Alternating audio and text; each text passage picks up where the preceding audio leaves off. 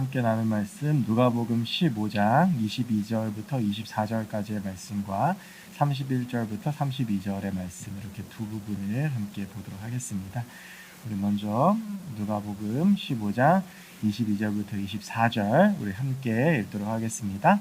아버지는 종들에게 이르되 제일 좋은 옷을 내어다가 입히고 손에 가락지를 끼우고 발에 신을 신기라. 그리고 살찐 송아지를 끌어다가 잡으라. 우리가 먹고 즐기자. 이내 아들은 죽었다가 다시 살아났으며 내가 잃었다가 다시 얻었노라 하니 그들이 즐거워하더라. 우리 31절 32절 말씀 계속 읽습니다. 아버지가 이르되 이에 너는 항상 나와 함께 있으니 내 것이 다 내 것이로되 이 내 동생은 죽었다가 살아났으며 내가 잃었다가 얻었기로 우리가 즐거워하고 기뻐하는 것이 마땅하다 하니라. 아멘. 우리 누가복음 15장 11절부터 32절까지의 말씀을 4월 둘째 주부터 오늘까지 이제 3주에 걸쳐서 함께 아들과 아버지라는 제목으로 나누고 있습니다. 4월 12일은 우리가 흔히 탕자라고 알고 있는 둘째 아들에 대한 이야기를 나누었고, 우리 지난주에는 그 아버지와 항상 함께 있었던 첫째 아들에 대한 이야기를 나누었습니다. 이 두 아들들에 대해서 함께 묵상하고 또 말씀을 나누고, 제 나름대로 이 성경을 보면서 이 아들들을 생각했을 때 생각나는, 이 아들들을 이제 규정할 수 있는 생각나는 단어가 있었는데 그게 페륜이라는 말이었습니다. 이 페륜이라는 것은 썩 좋은 말은 아니죠. 이 페륜이라는 말의 사전적인 의미가 인간으로서 마땅히 하여야 할 도리의 어그러짐이라고 하는 뜻입니다.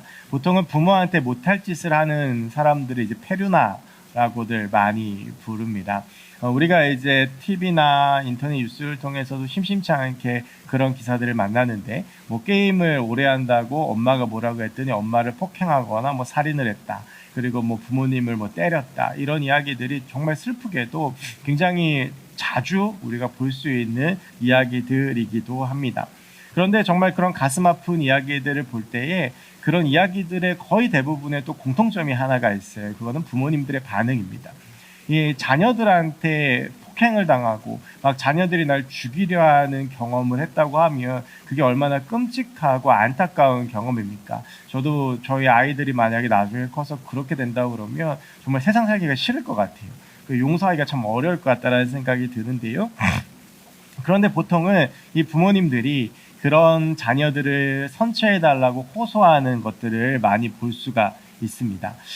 그게 이제 부모의 마음인데, 이성적으로는 당연히 그런 사람들이 믿고 그런 것이겠지만, 이제 또 부모와 자녀와의 관계라는 것이 그렇지만 않습니다. 저도 예전에는 어떻게 저런 자녀를 용서해? 어떻게 저런 자녀를 받아들여라고 생각했지만, 막상 아이들을 이렇게 거의 한 10년 가까이 이제 키우다 보니까 그런 마음들이 조금 이해는 돼요. 우리 뭐 예영이나 예담이 같은 경우에도 가끔 엄마 아빠 마음을 되게 아프게 하는 말들을 많이 하는데, 그럼에도 또 얼마 안 있다가 웃고 또 이렇게 안아주고 하는 것들이 이제 부모 자식 간의 정인 것 같아요. 이제 우리가 지난 2주 동안 나누었던 이 둘째 아들과 첫째 아들은 사실은 한 면 한 면을 보면 굉장히 그 페르나 같은 모습이 많이 있습니다. 둘째 아들은 말 그대로 페르나입니다. 아버지가 살아 계심에도 그 아버지에게 가서 내 몫의 유산을 달라라고 해서 먼 나라로 떠나서 자기 멋대로 살다 온, 정말 말 그대로 정말 불효자식이죠. 첫째 아들 같은 경우에도 겉으로 보기엔 굉장히 모범적인 아들이었지만 사실은 마음속에는 철저하게 자기만을 위한 계산이 있었던 거예요. 그래서 아버지의 마음을 전혀 이해하지 않았고, 동생이 돌아왔을 때에도 내가 받을 몫의 유산이 줄어들까 걱정했던 것이 첫째 아들의 모습. 전혀 아버지의 마음이나 아버지의 상황들을 고려하지 않는, 어떻게 보면 아들로서의 도리를 다하지 못한 아들들이라고 생각을 합니다. 그래서 우리가 지난주에 그 아들들에 대한 모습들과 우리의 모습들을 같이 함께 생각해 보았는데요. 오늘은 마지막으로 그 페륜에 가까운 두 아들들을 봤다면, 오늘은 그 아들들의 아버지에 대한 이야기를 좀 해보려고 합니다. 근데 이제 이 아버지에 대한 이야기를 나누려고 하는데, 이 아버지는 앞서 말씀드린 그 페륜아들의 부모님과 거의 비슷한 반응입니다. 정말 자녀들에게 배신당하고, 그리고 자녀들에게 폭행당하고, 자녀들이 페륜을 저지름에도 그 자녀들의 선처를 호소했던 그런 여느 부모님들처럼 이 아버지도 이 두 아들을 받아주는 모습을 우리가 오늘 읽은 본문에서 알 수가 있습니다. 먼저 이 둘째 아들을 대하는 아버지의 모습을 한번 보면요. 이 둘째 아들에 대한 이야기들은 우리가 지지난주에 함께 나누었지만 아버지가 살아계심에도 유산을 받아 아버지를 멀리 떠나고 이거보다 더 큰 불효가 뭐냐면 그러면 잘 됐어야 되는데 거짓꼬라지가 돼서 아버지 앞에 나타났다라고 하는 거죠. 부모에게 있어서 가장 큰 불효 중에 하나가 부모보다 먼저 죽는 것이고 그리고 잘 살지 못하는 것. 사실은 부모 입장에서는 그런 것들이 정말 큰 불효거든요. 근데 이 아들은 아버지에게 유산을 달라고 해서 떠났음에도 불구하고 성공하지 못하고 거지가 돼서 나타났던 거예요.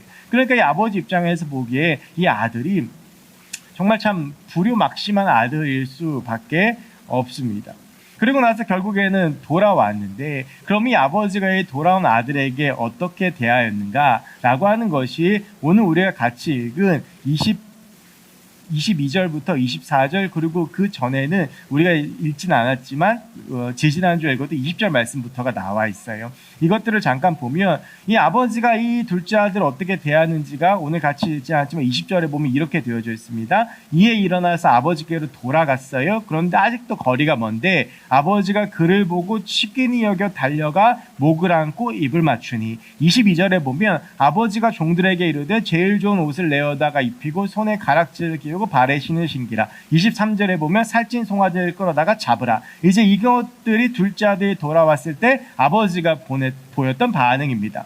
먼저 이 20절에 보면 치근히 여겼다라고 되어져 있는데요. 이 치근히 여겼다라고 하는 것은 불쌍히 여겼다라고 하는 것입니다. 자기에게 큰 상처를 주고 떠난 아들이었지만 그 아들을 향해서 아버지가 가졌던 마음은 분노나 화나 이런 것들이 아니라 이 아들을 향한 긍휼함과 불쌍히 여기는 마음이 있었다라고 하는 것입니다. 그 많은 재산을 다 탕진하고 돌아온 아들을 보면서 막 열받고 그게 아니라 그냥 너무너무 불쌍했다라는 거예요. 그래서 가장 처음 둘째 아들을 보면서 느꼈던 마음이 뭐냐 하면 치근히 여겼던 거예요. 이 아버지의 모습에서는 그 어디에서도 분노가 발견되어지지 않습니다. 화가 발견되어지지 않습니다. 그냥 아들의 모습을 보면서 안타까웠던 것입니다. 그러면서 그 치근히 여긴 다음에 어떻게 했냐면 달려갔어요. 여러분이 달려갔다라고 하는 것은 이 아버지가 아들을 얼마나 기다렸는지를 잘 알 수 있는 말입니다. 제가 저희 아이들한테 참 고마워하는 것 중에 하나가 저희 아이들은 어디서든지 저를 보면 걸어오는 법이 없습니다. 늘 달려와요. 아빠라고 부르면서. 제가 지금은 이제 코로나 때문에 저가 다니는 대학원도 그 자택에서 온라인 수업을 하고 있어서 학교를 가지 않는데 작년 같은 경우에 제가 매주 이제 월요일 날 아침에 새벽기도 끝나면 가서 수업을 하고 저녁에 돌아왔어요. 그러면 저녁 7시 반쯤에 수유역에 도착하는데 그때 보면 항상 저희 아이들이 내려와서 기다리고 있습니다. 그러다 제가 이제 맥도날드 그쪽 입구로 이렇게 나오다 보면 제 이제 이 머리카락만 보이면 아이들이 뛰어오기 시작을 해요. 그러니까 그만큼 아이들이 기다렸다라고 하는 거죠. 정말 참 고마운 일인데 이제 이 아버지도요 그만큼 아들 오매불만 기다렸다라고 하는 거예요. 연락도 없는 아들이 언젠가 돌아오기를 기다렸고 거지가 되었지만 이렇게도 돌아온 것이 다행이라고 생각했고요. 그래서 달려가서 무엇을 하냐면 입을 맞춥니다. 아마요 이 아들은 오랫동안 씻지 못해서 냄새가 났을 거예요. 여러분 그 오랫동안 씻지 못했던 그 냄새를 혹시 아시나요? 그 제가 군대에 있을 때요 그 신병교육대를 이렇게 가면 막 군대에서 온 얘들이 마음대로 못 씻어요. 그러면 이 땀에 쩐 그 군복을 입고 한 300명이 그 예배당에 딱 들어오는데 그 냄새가 전 지금도 잊혀지지가 않습니다. 근데 그 냄새에 플러스 어떤 냄새가 나냐면 담배 쩐내가 같이 나요. 그러면 그 공간에 같이 있는 것조차도 너무너무 괴로울 정도였어요. 근데 이제 이 아들에게서도 굉장히 그런 쾌쾌한 냄새도 났을 거고 이 아들이 아버지에게 오기 전에 어디서 일했어요? 돼지우리에서 일했어요. 그러니까 그런 막 냄새들이 섞여가지고 일반 사람이라면 다가가기도 어렵습니다. 그런데 그 아들에게 달려가서 입을 맞춥니다. 이것은 두 가지예요. 하나는 그만큼 이 아버지가 꺼리낌 없이 이 아들을 사랑한다라고 하는 것이고요. 또 하나는 입을 맞춤으로써 이 아들이 뭐라고 말했어요? 아버지 나를 종으로라도 삼아주십시오라고 했는데 입을 맞추면서 종에겐 입을 맞추지 않죠. 넌 종이 아니라 여전히 내 아들이다라고 표현하고 있는 것입니다. 이런 행위가 22절에서도 계속되는데 그리고 나서 종들에게 이르러서 어떻게 이야기하냐면 제일 좋은 옷을 내어다가 입히고 손에 가락지를 끼우고 발에 신을 신기라. 이걸 통해서 알 수 있는 건 이 아들이 신발도 신지 못할 정도로 비참한 모습이었다라고 하는 거예요. 그리고 그래서 종이라도 삼아달라고 하는 그 아들을 향해서 제일 좋은 옷을 입히고 그리고 손에 반지를 끼워주고 이것은 이 아들이 아들로서 복권되었다라고 하는 것입니다. 이미 아버지에게 받을 것을 다 받아가지고 떠나서 아들로서 상속자로서의 권리를 스스로 박차고 나갔지만 하지만 너는 여전히 내 아들이라고 하는 것이 가락지를 끼워주면서 표현해 주는 거예요. 그리고 나서 살찐 송아지를 잡는데 이 살찐 송아지는 제가 이 사전을 찾아보니까 성경 사전을 찾아보니까 이 살찐 송아지가 이거래요. 방목하지 않고 가축 우리의 곡식을 먹여 기른 가장 귀중한 송아지. 그러니까 집에 어떤 큰 잔치가 있거나 집에 무슨 행사가 있으면 잡는 송아지였다라는 거예요. 그런데 그 송아지를 이 탕자를 위해서 잡았다라고 하는 것입니다. 여러분 우리가 이 20절, 22절, 23절에 나오는 이 아버지의 모습을 통해서 발견할 수 있는 것이 무엇입니까? 폐륜을 저지른 아들을 용서하고 받아들이고 그를 다시 아들로 세우는 놀라운 사랑입니다. 여러분 우리가 같이 읽은 누가복음 15장 11절부터 32절까지는요 탕자의 비유입니다. 이건 예수님께서 비유로 하신 말씀이라는 거예요. 그래서 이 둘째 아들, 첫째 아들 그리고 아버지는 각각 비유적으로 의미하는 것이 있습니다. 그렇다면 이 아버지가 의미하는 것은 무엇이겠습니까? 하나님입니다. 둘째 아들과 첫째 아들은 각가지의 이유들로 하나님과 그 마음이 멀어지고 관계가 단절되고 하나님을 떠난 하나님의 사람들을 이야기한다면 여기 나오는 이 사랑의 아버지는 끊임없이 우리를 기다리시고 여전히 우리를 사랑하시고 우리가 돌아올 때 우리를 받아주시는 하나님 아버지를 우리 주님께서 비유적으로 표현하고 계신다라고 하는 것입니다. 우리 인간들이 하나님을 떠나고 죄인이 되었지만 그런 우리가 돌아올 때 하나님 우리를 꾸짖지 아니하시고 우리를 받아주시고 죄인이 아니라 아들이라고 하시고 죄인이었던 우리를 하나님의 자녀로 회복시켜 주신다라고 하는 것이 바로 오늘 이 탕자 이야기의 핵심이라고 하는 것입니다. 그래서 이 탕자의 비유는요 사실은 복음의 핵심을 담고 있는 이야기입니다. 얼마나 하나님이 우리를 기다리고 계시는지 그리고 우리를 얼마나 사랑하시는지를 보여주고 있는 이야기입니다. 지난주에 이 누가복음 15장 전체 이 세 가지의 비유의 청중에 대한 말씀을 드렸습니다. 1절, 2절에. 그래서 보면 1절에는 세리와 죄인들이 예수의 말씀을 들으러 왔고요. 그리고 그 자리에 바리새인들도 함께 와서 주의 말씀을 들었다라고 되어져 있습니다. 그래서 이 세 가지의 비유를 듣는 청중들은 누구냐 하면 세리와 죄인 그리고 바리새인들입니다. 이들은 다른 부류들입니다. 세리는 매국노에 동족의 피를 빨아먹고 속여서 돈을 빼앗는 나쁜 사람들이었고 죄인은 아마 갖가지 범죄자들로부터 시작해서 창녀 그 당시 죄인이라고 손가락질하는 누가 봐도 죄인인 사람들을 이야기했을 거예요. 그럼 바리새인들은 어떤 부류입니까? 누가 보기에도 도덕적으로 완벽한 사람이었지만 사실은 그 마음속으로는 하나님을 떠난 사람을 의미합니다. 즉 세리, 죄인 그리고 이 바리새인들 모두가 다 어떠한 이유든지 간에 하나님의 관계가 단절되고 하나님을 떠난 둘째 아들 혹은 첫째 아들과 같은 모습이었다라고 하는 것입니다. 오늘 예수님은 그런 이들을 향해서 탕자의 비유를 들려주시면서 아버지에 대해서 이야기하고 계십니다. 세리들도 죄인들도 바리새인들도 하나님과의 관계에 다시 온전히 서기 원하고 하나님께로 돌아온다면 하나님께서는 그들을 받아주시고 그들을 회복시켜 주신다라고 하는 것입니다. 세리와 죄인들은 그 당시에 도덕적, 윤리적, 율법적으로 회복이 될 가능성이 없는 죄인들이었습니다. 바리새인들은 겉으로는 의로워 보였지만 완고하고 고집이 센 예수님께서는 그들의 마음을 회칠한 무덤과 같다고 말씀하셨던 외식하는 자들이었습니다. 그런데 결국 예수님께서는 그들 모두를 위해 십자가에 못 박혀 죽으시면서 그들을 향해 말씀하십니다. 모두가 다 돌아오라고 말입니다. 그러면 누가복음 3절부터 7절까지의 잃어버린 양의 비유가 나오고요. 8절부터 10절까지 잃은 드라크마의 비유가 나오고 11절부터 32절까지 잃어버린 아들의 비유가 나옵니다. 흔히 이 세 가지를 잃어버린 것들에 대한 세 가지 비유라고 말합니다.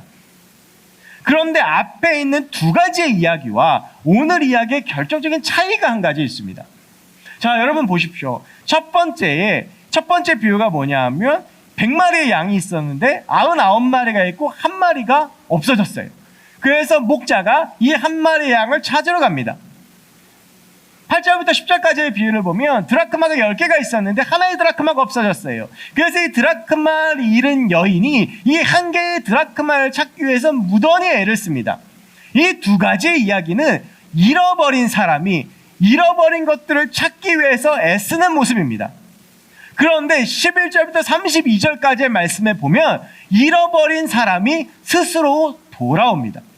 아버지가 아들을 잃어버렸고 이 아들이 스스로 아버지를 떠났지만 이 아들이 또한 스스로 아버지께 돌아오는 것이 오늘이 마지막 이야기라고 하는 것입니다. 이것이 무엇입니까? 앞에 두 이야기는 이런 것입니다. 하나님께서 잃어버린 너희들을 찾기를 원하신다. 한 마리 잃어버린 양도 찾기를 원하시고 하나의 잃어버린 드라크마도 찾기 원하신다. 그렇다면 이제 그 잃어버린 자들 향해서 결단을 촉구하는 것입니다. 하나님이 이렇게 잃어버린 것들을 찾기 원하시는데 과연 너희는 무엇을 해야 되겠느냐라고 하는 것이죠. 무엇을 해야 하는 것입니까? 오늘 이 잃어버림을 당한 아들처럼 이 탕자처럼 그 잃어버린 자를 기다리시고 찾으시는 하나님께 돌아가야 된다라고 하는 것입니다. 그렇게 돌아가면 하나님께서 너희를 회복시켜 주실 것이다 라고 하는 그 말씀을 오늘 예수님께서 하고 계시는 것입니다. 여러분, 이것이 복음의 능력입니다. 어떠한 사람이든지 어떠한 죄를 지었든지 어떠한 모습으로 살아왔든지 그 마음속에 무엇이 있든지 어떠한 마음을 품고 살았든지 누구를 미워했고 어떠한 세상의 죄들을 짓고 어떤 손가락질만 일을 했든지 진정으로 회심하고 회개하고 하나님께 돌아오면 하나님께서 그를 위하여 잔치를 베풀어 주시고 그를 맞이하시고 받아주신다라고 하는 것이 바로 오늘의 말씀인 것입니다. 그리고 성경은 이런 이야기들입니다. 잃어버린 자들을 향한 이야기. 그리고 잃어버린 자들이 돌아왔을 때 하나님께서 그들을 사용하신 이야기입니다. 가장 대표적인 사람이 다윗입니다. 우리가 너무 잘 아는 내용이죠. 다윗은 어느 날 밧세바를 보고 한눈에 반해서 그 밧세바에 향한 그 욕정과 마음이 막 불타올랐는데 알아보니까 자기의 부하 우리아의 아내였어요. 그럼 거기서 포기해야 되는데 포기하지 못하고 밧세바를 범하고 우리아를 죽여버립니다.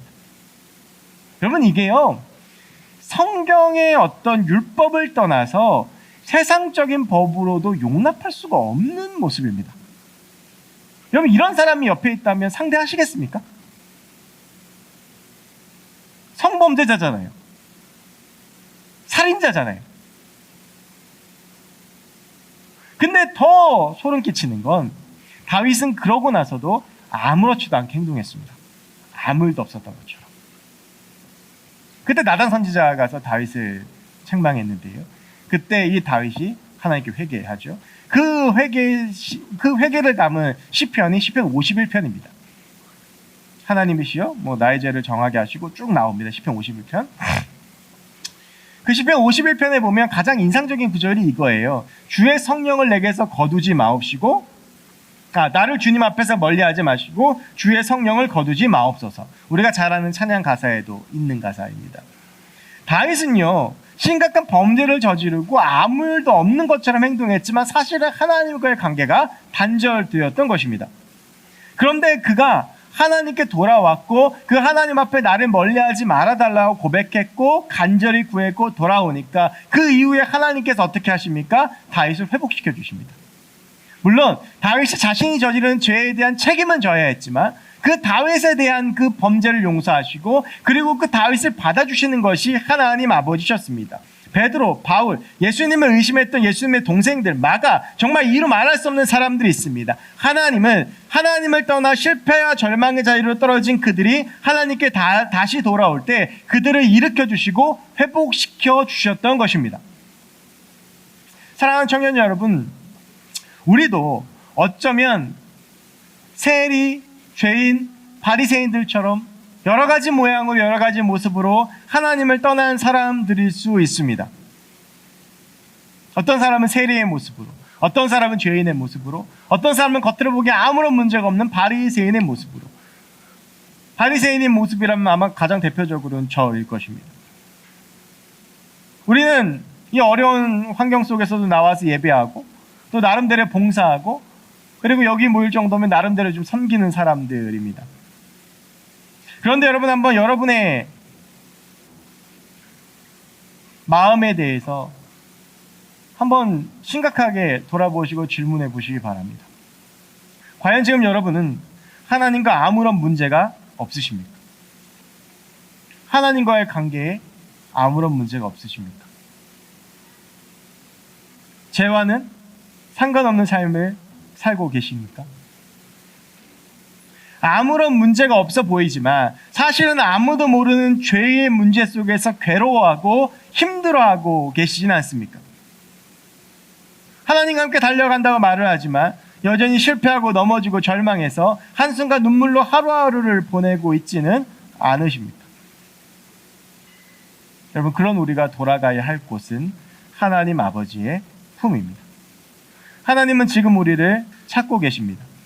우리를 위해 보내주신 예수 그리스도와 그분의 십자가를 온전히 의지하고 아버지 앞에서 철저하게 고백했던 둘째 아들의 고백처럼 철저하게 또한 처절하게 하나님을 붙들고 하나님께 고백하면 하나님은 우리를 받아주시고 우리를 회복시켜주시고 우리에게 좋은 옷을 입혀주시고 가락지를 끼워주시고 발에 신을 신기고 살찐 송아지를 잡아주시는 역사가 일어날 것입니다.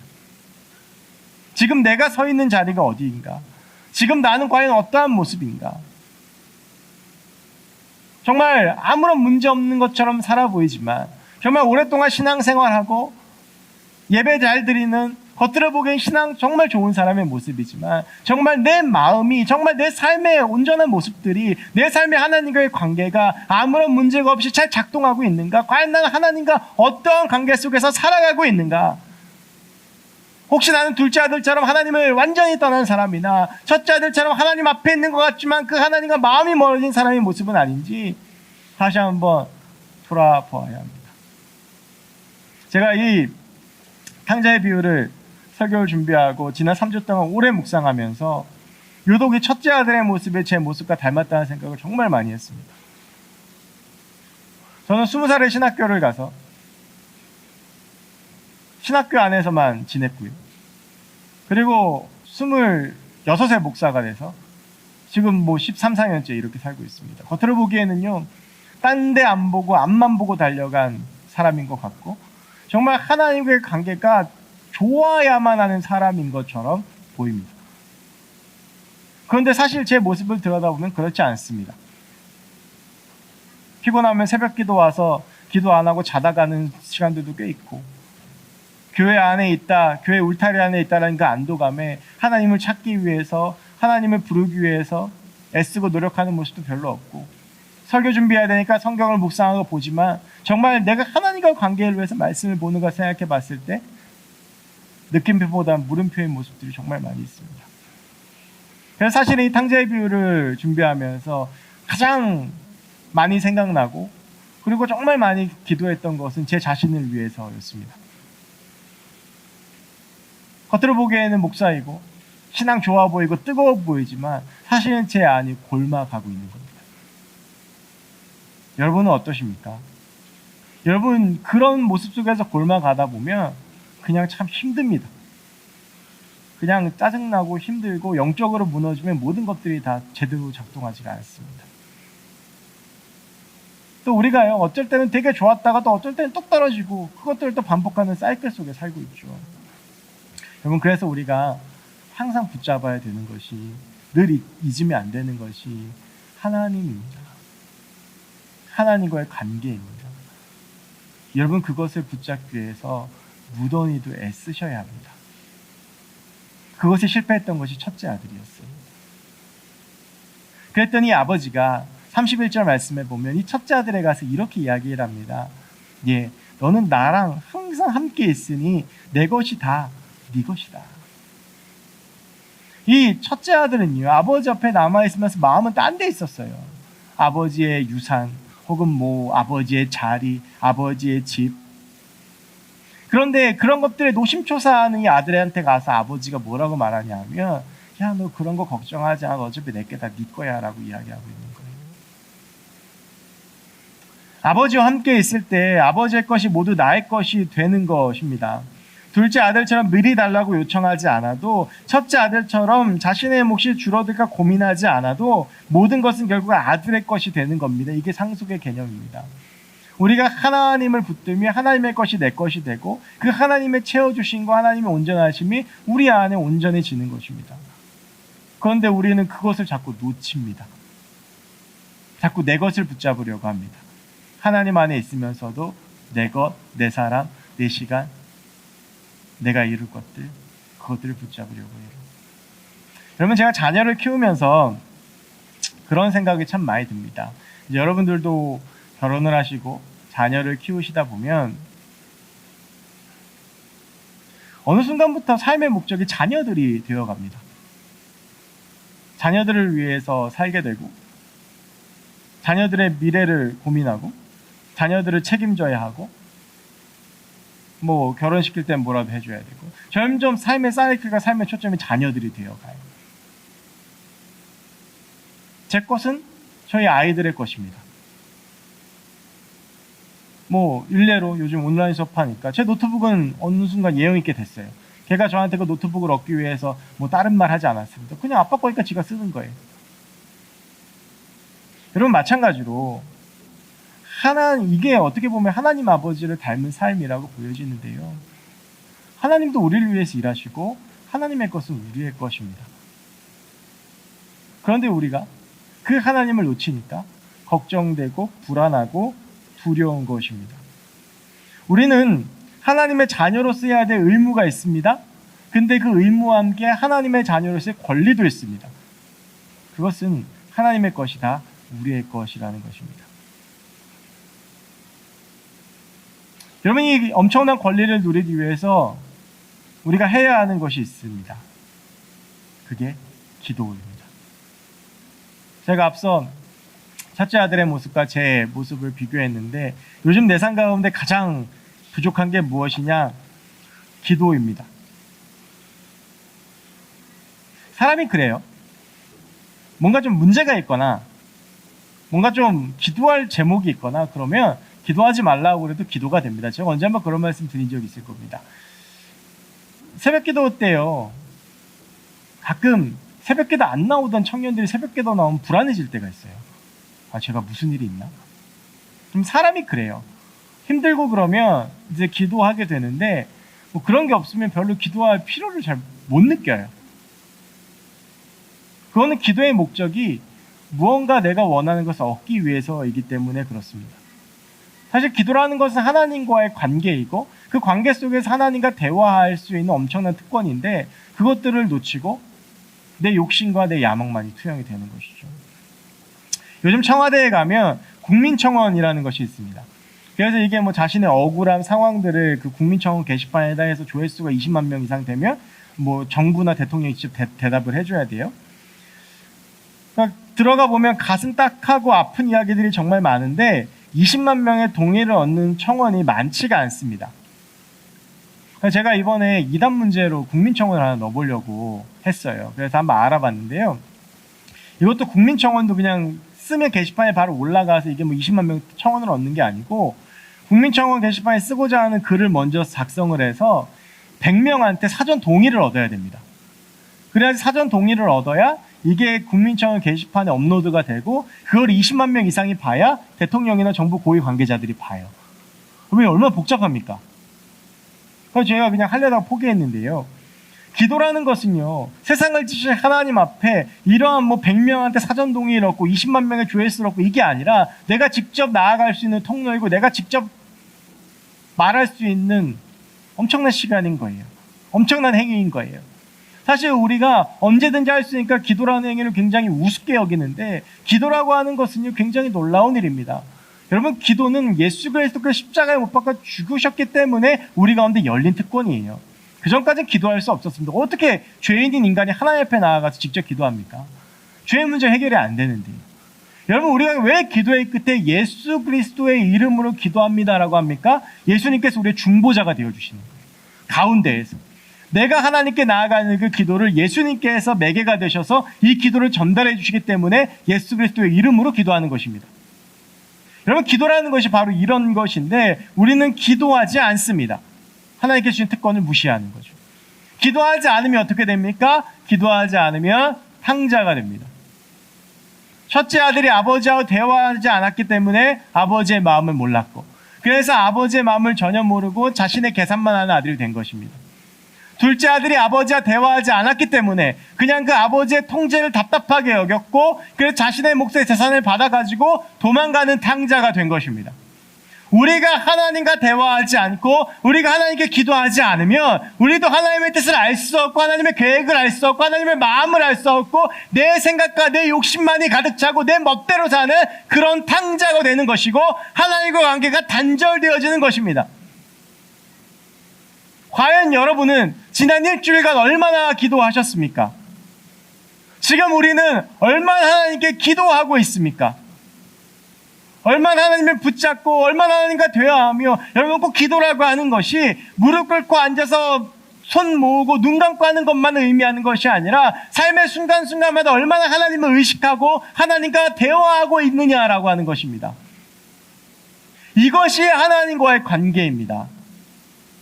이것이 끊어져 버리면 그 자리에는 사람의 말과 사람의 생각과 사람의 언어와 사람의 가치들이 대신하게 됩니다. 그러니까 하나님의 말을 하지 못하고 사람의 말을 하는 것이고, 하나님의 사랑의 언어가 아니라 상처 주는 말을 하는 것이고, 하나님의 마음과 하나님의 가치가 내 마음을 채우는 것이 아니라 세상의 것들과 사람의 것들이 내 마음을 채우는 것입니다.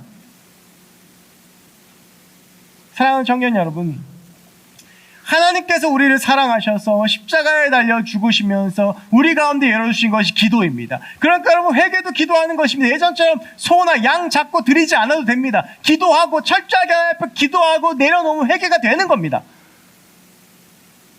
뭔가 내게 필요한 것이 있으면 간구할 수도 있는 것입니다. 그리고 기도를 통해서 주의 말씀도 들을 수 있는 것입니다. 이 관계의 작용 속에서 하나님은 우리와 당신과의 관계를 세우고 싶어 하십니다. 그런데 우리는 이 기도가 일방적이거나 아니면 하지 않거나 무시하거나, 대다수가 그렇습니다. 제가 아주 예전에 대학 다닐 때 예수전도단 모임을 다니면서 그 예수전도단 화요 모임 때 들었던 한 멘트가 지금도 잊혀지지 않습니다. 지금도 여전히 찬양 사역을 하신 윤주영 목사님이라는 예수전도단 찬양 인도자께서 그때 화요 모임을 인도하셨는데, 그때 그분이 하셨던 얘기가 이것입니다. 찬양하는 자리에는 미어 터지도록 사람들이 모이는데 기도하는 자리에는 모이지 않는다라는 거예요.